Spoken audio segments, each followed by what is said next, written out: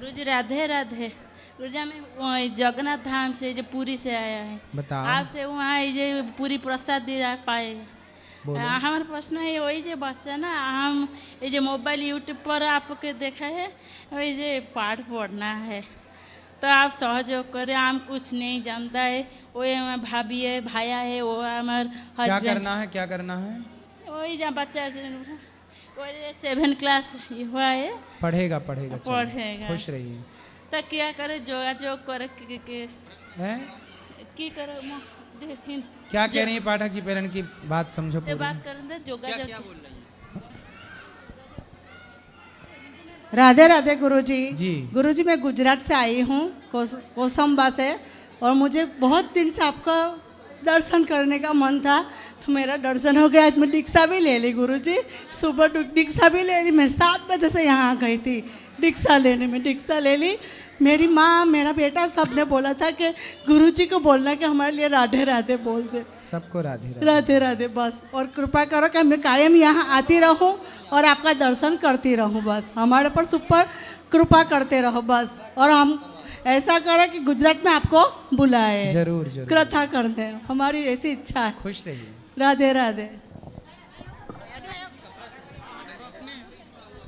हाँ, प्रश्न ही है। राधे राधे जी।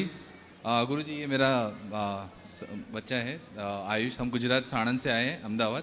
तो इसने भीम एकादशी से एक प्रतिज्ञा ली थी छोटी सी, कि मैं हर दिन 10-20 रुपये जो भी मेरे से जमा होंगे वो मैं अपने गुल्लक में डालूंगा, जिसको मैं 50 रुपीज़ हर रोज़ देता हूँ मैं, 50 to 100 रुपीज़। तो नाश्ता वास्ता कुछ नहीं करता था, वो गुल्लक लेके आया है वो हर रोज़ 20-30 रुपये जो भी हो, और दिवाली का जितना भी त्योहारों का सब मिला है उसको, सब उसने इसमें डाला है। सब जितना भी 500, 200, 1000 जो भी है, सब इसने सब जमा अपनी मर्जी से किए।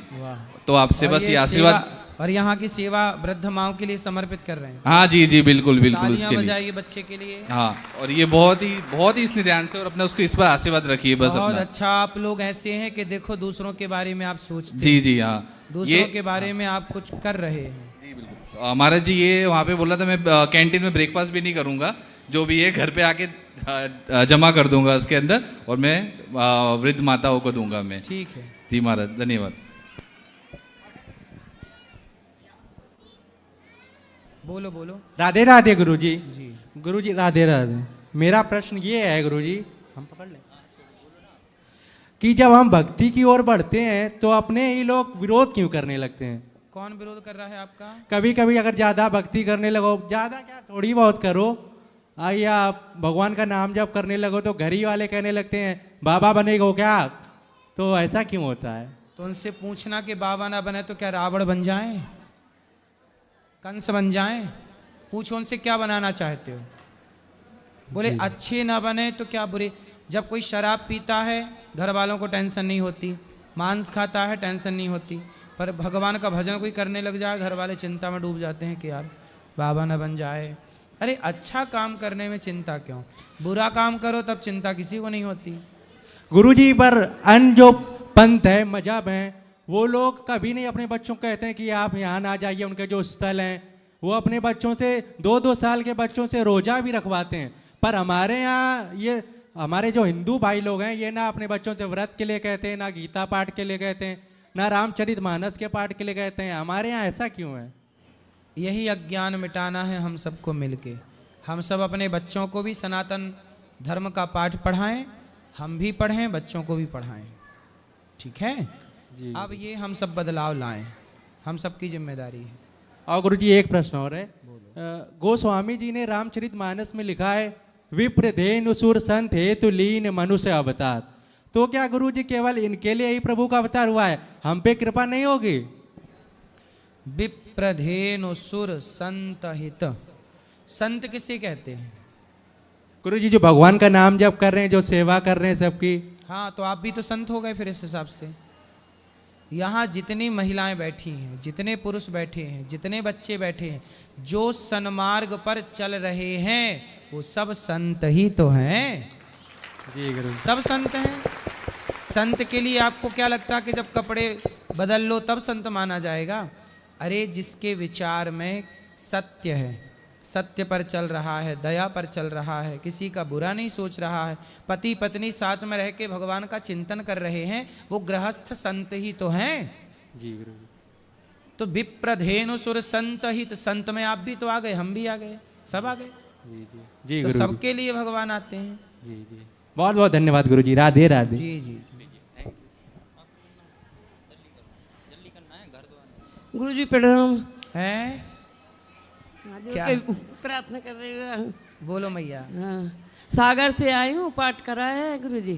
सागर, हाँ जी। समुद्र से आई हैं?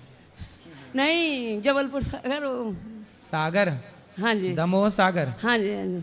बताओ मेरी माँ। मैं ये बोल रही हूँ महाराज कि थोड़ी मैं परेशान भी रहती, बच्चों को थोड़ी बताना। मेरी बहू बेटे से बात ही नहीं करने थे। 2 साल हो गए, मेरे पति भी बहुत बीमार रहे। 2 साल में थोड़े थोड़े ठीक है। तब तो मैं आपकी इधर आई। बहू आपको आपके बेटे से बात नहीं करने देती, क्यों?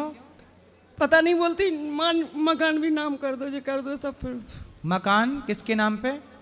हमारे नाम है तो मेरे नाम पहले करो। अच्छा, आपकी बहू बोलती है कि पहले मकान हमारे नाम करो, तब हम आपके बेटे से आपकी बात कराएंगी। वाह, पैसे भी दे देते, सब करते थे। आर्मी से पेंशन है। नाम पे मत कराना अभी मेरी माँ, वरना बहू लेके वो घर से निकाल देगी आपको। और बोलती पैसे भी देते हैं, तो जैसे बेटा को भी दे देते, उनको भी दे देते। तो आपका बेटा आपसे बात नहीं करता? नहीं, 2 साल हो गए, लौट के जन्म हुआ, पूरा पैर कटने क्यों का। वो क्यों आ नहीं गया बात था। करता आपका बेटा? आप कभी बोलती हो बेटा सुनो मेरी बात? ऐसा नहीं बोलती वो हो? बात नहीं करने देते, उनके झगड़ा मच जाते। तो मैं बोलती खुश रहा बच्चा भी। कैसी बहू है बताओ? कल उसका भी बेटा है? बेटा 22 साल का है। जब उसको कुछ लेना होता तो आ जाता, जैसे कूलर चाहिए, फ्रिज चाहिए, तो आता चलो। मांगता। क्या करें ऐसी महाराज? बहू उसको भी मिल जाए तो उसकी बहू भी उसको बात ना करने दे उसकी माँ से। ये जो आप कर रहे हैं, आपकी बहू से बोलना कि बेटा जो तुम कर रही हो वो तुम्हें ही वापस मिलना है। महाराज मैं नहीं तुम्हारी बहू तुम पर कितना अत्याचार करेगी, बोलना अपनी बहू को। मैं महाराज कि तुम बोलती सोच नहीं, भी जो नहीं मांगता नाती आता, बेटा नहीं आता, बहू बस चली आएगी। बेटा नहीं बात करता, वो रोने लगता। बताओ, एक माँ से उसके बेटे को छीन लिया, बात भी नहीं करने देती, बात करती है तो घर में मतलब लड़ाई। तकलीफ में जबलपुर में मैं अब आप बताइए, ये बहू का धर्म है? इसलिए बहुओं को ऐसा नहीं करना चाहिए। जबलपुर में मैं 6 महीने रह के आई, ऑपरेशन हुआ, फिर भोपाल में वो कार्ड के सर्जरी हुई, तो अकेली में भागती रही। तो आपका बेटा नहीं आया उस नहीं, समय? नहीं। अच्छा, तो आपको रोटी पानी कौन देता है? मैं होटल से मंगाती थी, जब नहीं कर पाती थी। अभी तो बनाने लग गई थोड़े थोड़े। तो आप खुद बनाती हो अपना? हाँ। तो बेटा नहीं देता? नहीं। बहू नहीं देती? नहीं, वो बोलती और हमें दे दो, जो सब नाम कर दो। अच्छा, वो आपसे आपका घर चाहती है? हाँ। नाम पे करना चाहती है, नाम पे कराओ। हाँ। बिना नाम के तो इतना अत्याचार कर रही है, नाम कर लेगी अपने तो फिर पता नहीं जीने भी देगी कि नहीं। बोलती नहीं तो चली जाओ इधर से। अब कहाँ चले जाए? बेटी है अमेरिका में, वो बोलती हमारे पास आ जाओ। मेरे को बेटा में भी जी रहता है। आपका मन बेटे में लगा है तो मैया आप भी अपना मन भगवान में क्यों नहीं लगा लेती हो मेरी माँ? भगवान में लगाते तो बोलती, जब जाती हूँ कहीं मैं चुपचाप आ गई, बच्चों को पता नहीं ना। मैं पड़ोस में बताया, इधर आ गई। मैं 1.5 साल से सोच रही है। आ जाती थी झांसी तक, फिर वापस चली जाती। पता नहीं बुलावा नहीं था भगवान का। तो अब तो मेरी माँ मन भगवान में लगाओ, भगवान ही आपके हैं और कोई नहीं है। इसलिए तो बेटे से मन, बेटा तो बात भी नहीं करता आपका। नहीं, अब तो मन भगवान में लगाओ, वही भगवान आपका कल्याण करेंगे। मैं तो 10 साल से बात बेटा ही नहीं हो रही। बात भी करने लग जाए तो भी बेटा आपका कल्याण नहीं कर सकता। मंदिर में जाओ तो बोलती कि मंदिर में हमारी बात कर रहे होंगे, तो मंदिर भी नहीं जाने देती। पड़ोस के किसी से बात नहीं करने देती। कौन नहीं बहू? लड़ाई। हाँ। बहू आपको मंदिर भी नहीं जाने देती? नहीं, बोलती उधर क्यों जाती। तो बहू जो थी आपकी पसंद की आई थी कि बेटे की पसंद नहीं, की? बेटा ही पसंद की नहीं। तभी तो बेटा बोलता कि तुम ही ने तो करी।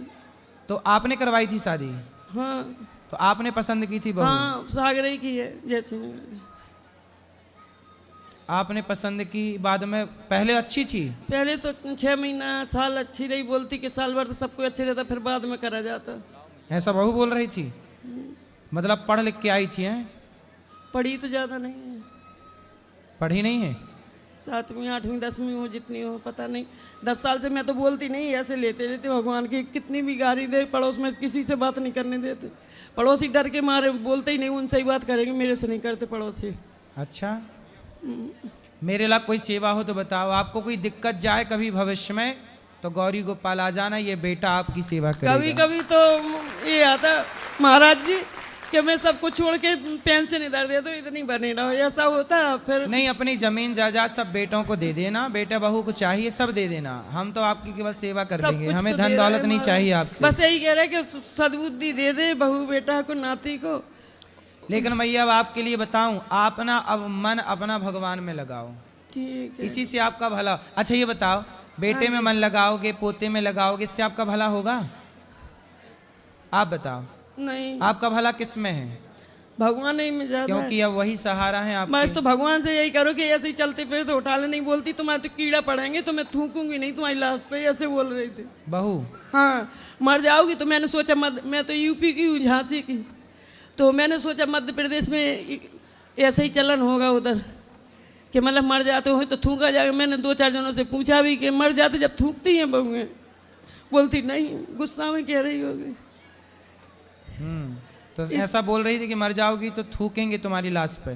थूकेंगे, हाँ, थूकेंगे तक नहीं। इसलिए महाराज ऐसी कृपा होगी, ऐसे वो लोग चलते फिरते चले जाएं तो ठीक रहेगा। ऐसी बहू भगवान दुश्मन को ना दे जैसी आपको मिली है। पता नहीं, मैं कभी कभी सोचती कि कभी पिछले जन्म का कुछ होगा महाराज।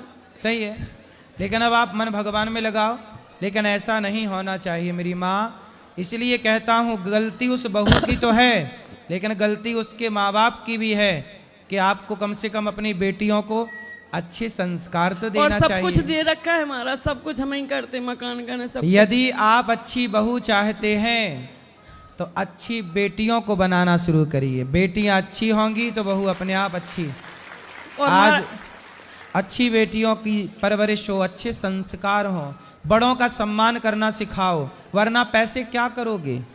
कल तुम्हारी बहू आएगी। अब देखो वो बहू अपनी सास के साथ अत्याचार कर रही है, अब ये सब ईश्वर रिकॉर्ड कर रहे हैं उसका हर महाराज व्यवहार। उल्टा क्यों हुआ? मैं तो अपनी सास का इतना करती थी कि कुछ कहीं नहीं, तुझे उल्टा ही हुआ बोलते भगवान आप अपनी करता सास है। की सेवा करती थी? हाँ, ससुर को मैंने 35 साल जी, लेटरिन बाथरूम खून आता था तो मैं लेके, वो ये तो आर्मी वाले बाहर चले जाते तो मैं वो सागरे बहू में का करा। आपके किसी जन्म का मैया रहा होगा, वो चुक रहा है, लेकिन अब उसने जो किया है वो उसे भोगना पड़ेगा, अवश्य में वो ठीक है भोगतव्य। महाराज, और आशीर्वाद दो मेरी बेटी को भी, अमेरिका में उसको, खुश रहिए। और मेरे पति का थोड़ा पैर ठीक हो जाए, सूजन आती है। बिहार तो आपके पति को भी भोजन पानी आप ही बना के खिलाती हो? तो वो बेटा अपने बाप से भी बात नहीं करता? नहीं बहू ससुर से भी बात नहीं करती? नहीं, बिल्कुल नहीं। ऐसे आ जाएगी एक जीना से वो ऊपर जाती, मैं दूसरे खंड में रहती, तो फिर उधर ही खड़ी रहेगी, बात नहीं कर सकते। भगवान उन्हें सद्बुद्धि दे, यही प्रार्थना है। जय श्री कृष्ण महाराज। राधे राधे गुरुजी। जी, सन्यासी जीवन अच्छा है कि ऐसे जीवन? दोनों जीवन अपनी अपनी जगह अच्छे हैं। फिर भी कौन सा जीवन लेना चाहिए? गृहस्थ। सन्यासी क्यों नहीं? सन्यासी का पालन आप कर ना पाओगे, कठिन है बेटा। सन्यास अगर लेने की भावना है तो? आप सन्यास कैसे किसे मानते हो? क्या है आपकी नज़र में सन्यास की परिभाषा? सब मोह माया से दूर होना, मोबाइल वगैरह सब, है? मोबाइल वगैरह सब मोह माया से दूर होना। ठीक है, कौन कौन सी माया? धन वगैरह, जो घर का वगैरह, प्यार वगैरह। अभी आपके फोन पास वगैरह। धन है? कितना धन कमाते हो? वो छोड़िए, मगर मैं पूछ रहा हूँ नहीं, मैं आपसे पूछ रहा हूँ आप कितना कमाते हो? बिजनेस है खुद का, है? ट्रक बॉडी का गैरेज है। कितना कमा लेते हो महीने का? 50,000 रुपये। 50,000। तो ये सब छोड़ना चाहते हो? हाँ। किसे देना चाहते हो ये सब? घर वाले है ना, घर वालों को। आप कितने भाई हो? 2 भाई। आप बड़े हो छोटे हो? छोटा। तो आपको सन्यास लेना है। हाँ। विवाह हो गया? नहीं, 20 साल का हूँ। और कल आप सन्यास ले लोगे और फिर विवाह करने का मन हुआ तो? नहीं होता। नहीं होता? अभी आप पहुंचे नहीं तो कैसे पता कि नहीं होता? विचार पक्का रहा तो नहीं होगा ना। जैसे आज आप साधु बन जाओगे, माना कि सन्यासी बन जाओगे, और सन्यास लेके कहीं आपको 10 साल बाद विषय वासना जागी और आप किसी लड़की को देख के उसके पीछे भाग गए और कुछ आपने गलत किया, तो बदनाम आप ना होंगे, बदनाम सनातन और संत बदनाम हो जाएंगे। इसलिए संत वो बने जो पूर्ण रूप से अपने मन को जीत ले, कि कभी उसका मन किसी भी पराई स्त्री धन की तरफ ना जाए, तब तो ठीक है। और यदि आप संत बन के अब बताइए, कोई भी संत गलत करता है तो बदनाम सनातन होता है कि नहीं? होता है। संत समाज होता है कि नहीं? होता है। इसलिए कहता हूं बेटा, गृहस्थ में रहकर भी परमात्मा को पाया जा सकता है। जी गुरुजी।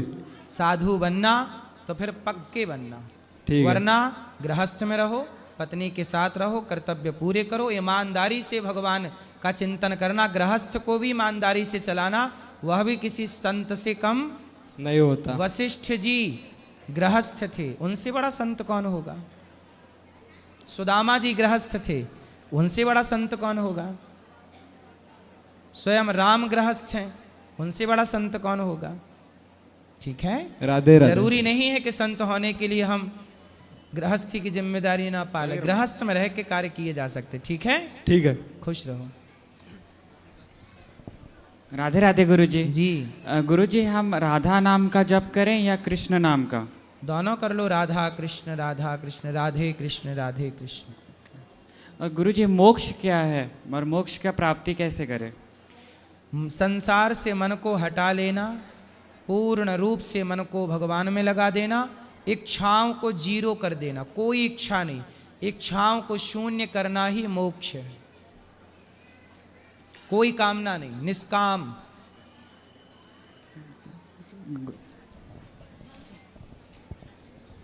राम राम गुरुजी। राम राम। मैं बंगाल से आई हूँ और मेरी हिंदी थोड़ी ख़राब है। नहीं, खराब नहीं, अच्छी है, बताइए। तो जो मैं बंगाल में सब लोग नॉन वेजिटेरियन होते हैं सबसे, और मैं वहाँ रह के भी मैं वेजिटेरियन हूँ। मेरी मम्मी वो प्रेमानंद जी का वीडियो देख के हम सब ने वेजिटेरियन हो गए हैं और अभी नाम जप भी करते हैं। लेकिन जब आसपास के लोगों को पता चलता है कि हम वेजिटेरियन हो गए हैं तो वो अलग से क्वेश्चन करते हैं कि हमारे यहाँ जो रामकृष्ण शारदामा है वो लोग फ़िश खाते थे और माँ काली को fish rice and fish offer करते थे। तो उस केस में मैं फंस जाती हूँ, मैं बोलूँ क्या उनको इसको? उनसे बोलना कि फिश इसलिए खाते थे, बंगाल में मछली चावल खाने की परंपरा इसलिए थी क्योंकि आज के 50 साल पहले, 100 साल पहले बंगाल में दाल सब्जियां नहीं होती थीं, केवल चावल होता था और मछली की व्यवस्था थी। वहाँ पर उस आज के ट्रांसपोर्ट की सुविधा नहीं थी ना, आज के 50 साल पहले, 100 साल पहले थी क्या अच्छी व्यवस्थाएं? तो वहाँ पर ट्रांसपोर्ट की व्यवस्थाएं ना होने से, धरती उपजाऊ ना होने से ज़्यादा कुछ होता नहीं था, चावल बस होता था। तो फिर वहाँ के लोग मजबूर मछली चावल खाने लग गए क्योंकि था नहीं। अब तो सब सुविधाएं हैं, साग भाजी सब हो रही है, पानी की सुविधाएं हो गई, खेतों में भूमि सिंचित हो गई। पहले भूमि भी सिंचित नहीं थी ना, सिंचाई की सुविधाएं नहीं थी। अब तो सब होता है, जब नहीं था तब मजबूरी थी, अब है तो अब खाओ ना। अब तो 56 भोग है, अब खाओ, क्या कमी है? पहले मछली चावल के सिवा कुछ था ही नहीं वहाँ पे। अच्छा, नहीं क्योंकि 100 साल पहले तब वो ब्रिटिशर्स का वो हब था, जब कोलकाता कैपिटल हुआ करते थे इंडिया का, तो उस हिसाब से तो सब कुछ होना चाहिए कैपिटल में। पर कहाँ था? कुछ नहीं था। नहीं था ना, बहुत ज़्यादा विकसित नहीं था। अच्छा। सड़कें कहाँ थी उस टाइम पे? रेलवे की लाइन डली थी बस, कुछ जगह रेलवे की सुविधाएं थी। उस समय कलकत्ता कैपिटल था, बात ठीक कह रहे हैं आप, परंतु बहुत सुविधाएं उस टाइम पे नहीं थी। अच्छा। उस समय कैपिटल क्यों बनाया गया ये बताइए? समुद्री किनारा होने के कारण ब्रिटेन से सामान आयात निर्यात वहाँ से इजी हो सके, इसलिए अंग्रेजों ने उसको चुना। वरना और भारत का विकास हो, भारत से कनेक्टिविटी हो, अंग्रेजों को भारत से क्या लेना देना? वो तो भारत को लूटने के लिए ट्रेनों की लाइन डलवाए थे ना जी भाई। लोग कहते हैं कि अंग्रेज लोग ट्रेन लेके आए बाहर, अरे ट्रेन लाए क्यों? वो चोर लोग लूटने लाए थे ट्रेन। कि सामान गुजरात से, गुजरात का मंदिर तोड़ा सोमनाथ, और ट्रेन में भरा सामान सोना चांदी और ले गए वहाँ बंगाल कैपिटल, और वहाँ ले जाके समुद्री जहाज़ों में डाला, पार कर दिया। ये पूरे देश को कनेक्ट किया ट्रेनों से, तो वहां वहां को कनेक्ट किया जहां से लूटना था। जहां लूटना नहीं था वहां ट्रेनों की कनेक्टिविटी जीरो है जीरो थी। जी बात समझ में आई? जी, बिल्कुल। इसलिए कैपिटल उसको बनाया गया था। उन अंग्रेजों की मजबूरी थी, अच्छा दिल्ली को बना नहीं सकते थे क्योंकि दिल्ली सेंटर में है, समुद्र का कोई किनारा नहीं दिल्ली में नहीं था। उनकी शिप यहाँ आ नहीं सकती थी, जहाज समुद्री। भारत को लूटने के लिए अंग्रेजों ने, और आज कुछ लोग अंग्रेजों के चमचे हैं, वो लोग कहते हैं कि अंग्रेजों ने देश को ट्रेन दी। अरे पागल, लूटने के लिए दी, ना देते तो क्या हम ट्रेन ना बना पाते, कि हम काम ना करते? ये तो लोग कहते हैं अंग्रेजों ने ये दिया। अंग्रेजों ने दिया क्या? लूटा है। उन लुटेरों को तुम अपना जीजा ना कहो। जी राधे राधे जी गुरुजी प्रणाम। जी गुरुजी मेरा सवाल है, जैसे लड्डू गोपाल रखते हैं अपन और कहीं बाहर जाना होता है तो उनको साथ में ले जाना जरूरी है? हैं, लड्डू गोपाल जी घर पे ही रखो। कहीं दूर दराज जाओ तो ठीक है, ले जाओ, कहीं दर्शन बढ़िया विधि विधान से पूजा सेवा कर सको तो। और घर पे रख सकते हैं? हाँ घर पे ही रखो। कहाँ रखोगे मैया? नहीं, जैसे बाहर जाते हैं तो उनको जरूरी है साथ में तो लेके? बाहर कहाँ जाती हो आप? जैसे कहीं अभी आज यहीं आए तो लेके आना है। तो घर पे कोई है कि ताला है? ताला है। ताला। तो आपका मन है तो ले आते, नहीं तो घर पे भी भगवान को मानसिक यहाँ से पूजा कर सकते। लेकिन मेरे हस्बैंड बोलते हैं उनकी जगह नहीं छुड़ानी चाहिए। हाँ तो मानसिक पूजा कहीं से भी याद, भगवान को जब आया करो घर के बाहर तो घर पे ही विधि विधान से उनको विश्राम सुला के आया करो।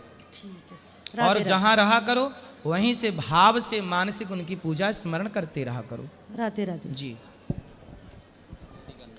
राधे राधे गुरु जी। जी राधे राधे गुरु जी। मैं पहले शराब का सेवन करता था 3 महीने पहले, और मैं प्रेमानंद जी के जब से प्रवचन देखने लगा हूँ तब से मैंने शराब का सेवन छोड़ दिया है। अच्छा। लेकिन उसके बाद मैं थोड़ा आर्थिक तंगी में आ चुका हूँ। आर्थिक तंगी? हाँ जी। और उसके कारण मैं शराब बेचता भी था। शराब बेचते थे? हाँ, और सेवन भी करता था, मांसाहार का भी सेवन करता था। तो अब शराब बेचनी बंद कर दी? सब बेचना छोड़ दिया, पीना भी छोड़ दिया। हाँ तो अब कुछ और काम नहीं करते हैं? उसके बाद कोई काम मिला ही नहीं गुरु जी। कुछ काम कर लो हाँ। अच्छे से, कुछ बिजनेस कर लो। शराब बेचते थे, अब आलू टमाटर बेचो, तो अब तो साग सब्जी बेच लो, सोना चांदी बेच लो, हवाई जहाज बेचने लग जाओ। तो हवाई जहाज कहाँ से बेचे गुरु जी? अब तो आलू टमाटर नहीं बेच पा रहे हैं। काबिल बनोगे तो बेच पाओगे। क्या लोग कोशिश कर रहे हैं। क्या लोगों के हवाई जहाज नहीं है? क्या लोग नहीं बेचते? हाँ बेचते हैं गुरु जी। फिर आप काबिल बनो तो सब हो सकता है। हाँ धन्यवाद गुरु जी। मन लगा के काम करो। राधे राधे गुरुजी। जी दंडवत प्रणाम। दंडवत सरकार। मैं आपके लिए एक छोटा सा भजन सुनाना चाहता हूँ गुरुजी। सुनाओ।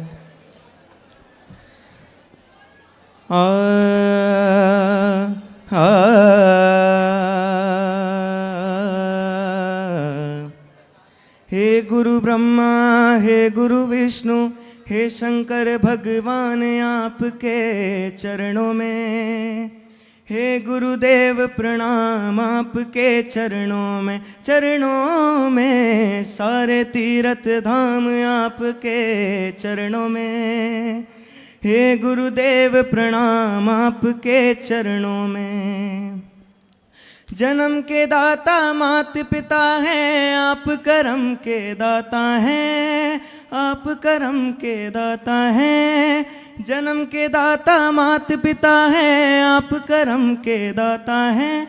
आप मिलाते हैं ईश्वर से, आप ही भाग्य विधाता हैं, आप ही भाग्य विधाता हैं। दुखिया मन को रोगी तन को, दुखिया मन को रोगी तन को मिलता है आराम आपके चरणों में। हे गुरुदेव प्रणाम आपके चरणों में, सारे तीर्थ धाम आपके चरणों में।